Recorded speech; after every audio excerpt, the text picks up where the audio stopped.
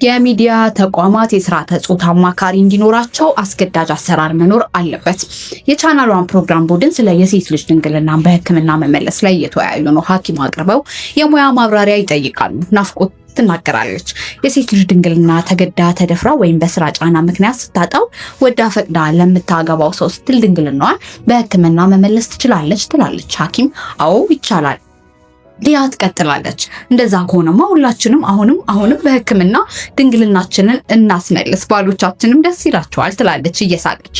ወደ ሐኪሙም ዞራ ወንዶችም እኮ ሁልጊዜ ድንግል ሴት ይወዳሉ፣ ደሞም ደስ ይላል አይደል ዶክተር ብላ ጠይቀዋለች። ሐኪሙ እኔ ደስ ይበል አይበል አላውቅም ይሏታል። ከጋብቻ በፊት ከወሲብ መታቀብ ወይም ድንግልን መሆንን ከሴቶች ብቻ ለሚጠብቀው ማህበረሰባችን አሁንም በእንደዚህ በመሰሉ የሚዲያ ተቋማት በቸልተኝነት ይህንኑ የተዛባ አመለካከት ማራገብ አላዋቂነት ብቻ ሳይሆን ጀንደር ኢንሴንቲቭነስ መሆኑ ነው።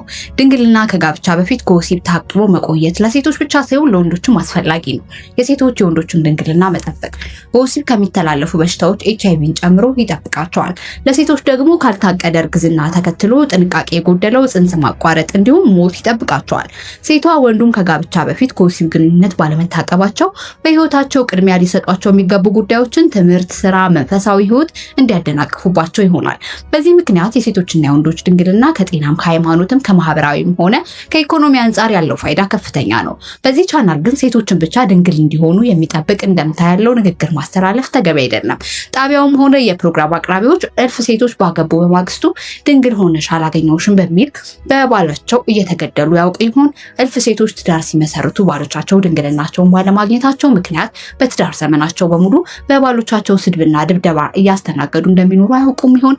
ድንግል ሴት ነው ማግባት ያለብኝ በሚል የተዛባ አስተሳሰብ እልፍ ህፃናት ሴቶች ያለ ዕድሜ ጋብቻ ተገዶ መደፈር ሰለባ እንደሆኑ አያውቁም። የኢትዮጵያ መገናኛ ባለስልጣን በተቋቋመበት አዋጅ መሰረት እያንዳንዱ የሚዲያ ተቋም የስርዓተ ጾታ ጉዳዮች አማካሪ እንዲኖረው ቁጥጥር ሊያደርግ ይገባል። ይህ ጽሁፍ የሜሮን አራጋው ነው።